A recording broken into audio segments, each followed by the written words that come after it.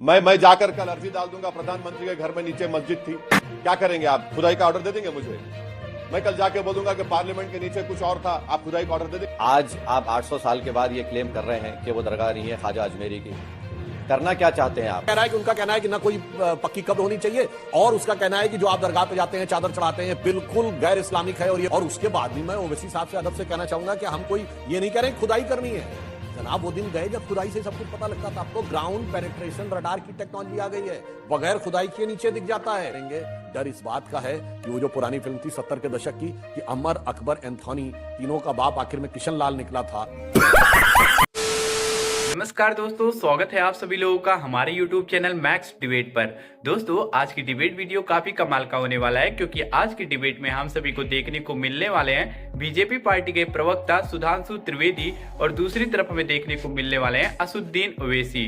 दोस्तों, आज इस डिबेट में असदुद्दीन ओवैसी बड़ी बड़ी बातें बोलते हैं, लेकिन जब सुधांशु त्रिवेदी की बारी आती है तो सुधांशु त्रिवेदी ने ऐसा जवाब दिया है असदुद्दीन ओवैसी को कि उनकी बोलती बंद हो जाती है और वो कुछ बोलने के लायक नहीं रहते हैं। तो आज का डिबेट वीडियो काफी कमाल का होने वाला है, तो आप लोगों से अनुरोध है वीडियो को शुरू से लेके अंत तक पूरा देखिएगा, तभी आप लोग को पूरा डिबेट समझ में आने वाला है। अगर आप लोग को ये डिबेट पसंद आएगा तो डिबेट को आप लोग लाइक कर दीजिएगा, और ऐसी और भी डिबेट देखने के लिए आप लोग चैनल को भी सब्सक्राइब कर लीजिएगा, क्योंकि इस चैनल पे ऐसी डिबेट वीडियो आता रहता है। तो चलिए अब मेन डिबेट को स्टार्ट करके देख लेते हैं। चलो भाई, देखो अब मैं क्या करता हूँ। मतलब ये है कि ख्वाजा अजमेरी की जो दरगाह है वो 800 साल से है, और दरगाह शरीफ पे कभी भी ऐसा कोई क्लेम नहीं उठा। आज आप 800 साल के बाद ये क्लेम कर रहे हैं कि वो दरगाह नहीं है ख्वाजा अजमेरी की। करना क्या चाहते हैं आप? देखिए, दरगाह शरीफ में तो हर साल नरेंद्र मोदी चादर भिजाते हैं, कई प्रधानमंत्री ने चादर भिजाया। हमारे पड़ोसी दो ममालिक वो डिप्लोमेसी के नाम पर डेलीगेशन भी करते हैं, डेलीगेशन भिजाते, ऑफिशियल डेलीगेशन। मकसद एक ही है कि जितने मुसलमानों की मसाजिद और दरगाहें हैं वहां पर ये तमाम BJP sponsored directly indirectly RSS के जो ये लोग हैं, इनको इस्तेमाल करके एक माहौल पैदा किया जा रहा है। आप क्या ख्वाजा अजमेरी की दरगाह पर कैसे आप बताएंगे? बताइए। अभी बदत है भाई, अभी बदत है। सुधांशु त्रिवेदी जी जवाब दीजिए। वो कह रहे हैं बीजेपी आरएसएस स्पॉन्सर्ड है ये सब। एक सिंपल सी बात है, कोर्ट ने बात सर्वे के लिए कही, और मुझे तो बड़ा आश्चर्य होता है जो लेफ्टिस्ट, रैशनलिस्ट और फंडामेंटलिस्ट ये सब पहले कहते थे हर चीज में सबूत और जांच के बाद होना चाहिए, वो आज कहते हैं जांच ही नहीं होनी चाहिए। अरे देवा! और मैं अंजना जी उससे बड़ी बात कह रहा हूं, ये हिंदू मुसलमान का तो मुद्दा नहीं है। मुस्लिमों में एक नहीं कई फिरके हैं जिन्होंने एलानिया फतवे जारी कर रखे हैं कि साहब दरगाहें कुफ्र हैं। जाकिर नायक का वीडियो कोट कर सकता हूं जिसमें सईद बुखारी की हदीस को वो कोट कर रहा है, और वो कह रहा है कि प्रोफेट मोहम्मद साहब के रेफरेंस से बोल रहा है। ये बड़ी अच्छी बात कही आप। वो ये कह रहा है कि उनका कहना है कि ना कोई पक्की कब्र होनी चाहिए, और उसका कहना है कि जो आप दरगाह पे जाते हैं चादर चढ़ाते हैं बिल्कुल गैर इस्लामिक है और ये कुफ्र है। और ये मैं हवा में नहीं बोल रहा हूं, इस देश में एक मजार थी चरार शरीफ कश्मीर में जो जला दी गई, सदियों पुरानी थी, और उसके बाद उसको जलाने वाला मकबूल पाकिस्तान भाग गया। किस लिए जला दी गई? ये कहने के लिए कि ये कुफ्र है। साहब, मजे की बात यह है कि वो तो किसी हिंदू ने नहीं किया। बात तो सही है। और याद करिए, मुसलमानों की सबसे मुकद्दस मस्जिद हजरत बल कश्मीर में, अगर उसमें आतंकवादी घुस गए 1993 में, तो उसके साथ जो बेअदबी हुई वो किसने किया? गजब बेइज्जती है। अलाउद्दीन खिलजी के जमाने से अगर आप अमीर खुसरो की किताब देखेंगे मैडम, जिसका नाम है खजाइन फतूहा, उसमें जिक्र है। फिर मुगलों का दौर रहा, उसके बाद मुगल खत्म हुए, मराठाज आए। मराठाज ने जब कमजोर पड़े तो अजमेर को 18,000 रुपए में अंग्रेजों को बेच दिया। झूठ बोल रहा है। फिर जितने राजस्थान के जितने 22 रॉयल फैमिलीज हैं, और खुद जयपुर के बादशाह ने 40,000 तोला सिल्वर दिया दरगाह शरीफ को। क्या बोला तूने? आप इससे जिन लोगों का कॉन्फिडेंस कोर्ट पर है उस हटाना चाह रहे हैं।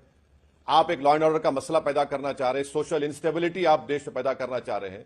और ख्वाजा अजमेरी की जो दरगाह है सुल्तान हिंद की, पूरे दुनिया से लोग आते हैं। हम मालूम है तेरे बाप को मत सिखा। चल, आप मैसेज क्या दे रहे हैं? आपको तो अब यूएस गवर्नमेंट के स्टेट डिपार्टमेंट की फ्रीडम ऑफ रिलीजन की रिपोर्ट की जरूरत ही नहीं है भारत के बारे में लिखने की। इतना बड़ा काम धार्मिक आजादी, ठीक है, धार्मिक आजादी नहीं है देश में, वो कह रहे हैं। अरे बाबा! मैं उनसे फिर ये कहना चाहता हूं जो धार्मिक आजादी की बात कर रहे हैं, तो मैंने तो कोट किया तमाम मुस्लिम फिरके हैं जिन्होंने की दरगाहों के खिलाफ फतवे जारी कर रखे हैं। और मैं एग्जाम्पल देना चाहता हूं कि बहुत बड़े पत्रकार हुए हैं मार्क ट्वेली, वो ब्रिटेन के थे और भारत में 3 दशक तक रहे हैं, और उन्होंने लिखा कि Muslims in the India luckiest 2019 में। किस आधार पर लिखा? कि उन्होंने कहा कि वो निजामुद्दीन एरिया में दिल्ली के रहे और उसमें एक तरफ हजरत निजामुद्दीन औलिया की दरगाह और सड़क के ठीक दूसरी तरफ तबलीगी जमात का ऑफिस था। उन्होंने कहा इतनी डाइवर्जेंट थॉट वाले कोई 2 मुस्लिम सेक्ट किसी भी मुस्लिम देश में 30 साल नहीं रह सकते थे, एक ने दूसरे को तबाह कर दिया ही होता। ये तो भारत है जहां के मुस्लिम कम से कम इतने लकी हैं कि अपने मजहब में जैसे चाहे इबादत कर सकते हैं, और वो सिर्फ इसलिए है क्योंकि यह हिंदू बाहुल्य है। इसीलिए जो हिस्सा में हिंदू खत्म हो गए, मैंने चनारे शरीफ का उदाहरण दिया, वहां पे मजार जो है वो जला दी गई। अच्छा, मैं जाकर कल अर्जी डाल दूंगा, प्रधानमंत्री के घर में नीचे मस्जिद थी। क्या बोला तूने? क्या करेंगे आप? खुदाई का ऑर्डर दे देंगे मुझे? मैं कल जाके बोलूंगा कि पार्लियामेंट के नीचे कुछ और था, आप खुदाई का ऑर्डर दे देंगे मुझे? तू है कौन रे? मजाक है क्या? देश चलाना कोई मजाक है? कल मैं जाके बोलूंगा कि भाई वहां पर कोई मुसलमान जाके बोलेगा नहीं ये जो जगह किसी इबादत गाह की नहीं है, मेरी है। प्रधानमंत्री जितने हैं वो वहां पर चादर बेचते हैं। कहीं पर भी जाकर हम कहते हैं कि मंदिर है, कहीं पर वो पीएम के घर की बात देखिए अभी मजा आएगा ना भिड़ो। देखिए बहुत साफ बात कह रहे हैं, कहीं पर जाने पे नहीं होता जब तक कोई तथ्यात्मक आधार ना हो। काशी विश्वनाथ में क्या है? फतवाए आलमगीरी के कोर्ट्स अवेलेबल हैं, औरंगजेब के जमाने के शाही फरमान की तोड़ा जाए, ये किया जाए और ये किया जाए। ये बड़ी अच्छी बात कही आप। और उसके बाद भी मैं ओवैसी साहब से अदब से कहना चाहूंगा कि हम कोई ये नहीं कह रहे खुदाई करनी है जनाब। वो दिन गए जब खुदाई से सब कुछ पता लगता था। अब तो ग्राउंड पेनिट्रेशन रडार की टेक्नोलॉजी आ गई है, बगैर खुदाई के नीचे दिख जाता है। 2003 में श्री राम जन्मभूमि में यही हुआ था, ग्राउंड पेनिट्रेशन रडार किया था और सरकार ने रिपोर्ट प्रस्तुत की थी। खुदाई पर तो आप लोगों ने प्रतिबंध लगवा दिया था। इसीलिए मैं कह रहा हूं ऑपरेशन करने की जरूरत नहीं है काटने की, उसकी बजाय अल्ट्रासाउंड से बहुत कुछ पता लग जाता है। मगर अफसोस की बात यह है कि इन लोगों के सामने समस्या क्या है कि अगर किसी भी चीज के बारे में अंदर जांच होगी तो जो चीज निकलेगी वो इनके जो सोच है उसको बहुत हिला सकती है। मैं समझ रहे हो? समझ रहे हो? दर्शकों के लिए एक बात बताना चाहता हूं। ये कह रहे हैं तो साहब 12वीं शताब्दी से पहले तो अजमेर, इसका प्राचीन नाम जानते क्या था? अजय मेरू या अजमेर, अजय मेरू का अपभ्रंश है। यहां पर पुष्कर है, ब्रह्मा जी का स्थान, हमारा तो आदि माना जाता है। तो अगर आप उस हिसाब से माने कि साहब मगर नहीं साहब, हमारी तो अकीदत मानी, मैं तो ये कह रहा हूं हम बिल्कुल उसके पक्ष में नहीं है। हम तो सिर्फ ये कह रहे हैं कि अगर किसी ने कुछ कहा है तो जो अदालत कहेगी हम मानने को तैयार हैं। बात तो सही है। मगर अफसोस की बात यह है कि जो लोग अदालत की बात करते थे वो भी आज कहते हैं कि नहीं इस पे कोई जांच भी नहीं होनी चाहिए। और मैं लाइटर नोट पे कह दूं अंजना जी, जांच से लोग इसलिए डरते हैं कि जमीन के नीचे देख लेंगे या अपने शरीर के अंदर जाके देख लेंगे। डर इस बात का है कि वो जो पुरानी फिल्म थी 70 के दशक की कि अमर, अकबर, एंथोनी, तीनों का बाप आखिर में किशन लाल निकला था, वो खौफ उन सियासत करने वालों को डराता है जिन्होंने गरीब और मजलूम मुसलमानों को बहका के रखा है कि तुम सब वहां से आए हो, कोई अरब से आया, कोई ईरान से आया, कोई कहीं से नहीं आया है, सब यहीं के। क्या बात है सर, क्या बात है सर, क्या बात, ये बात है।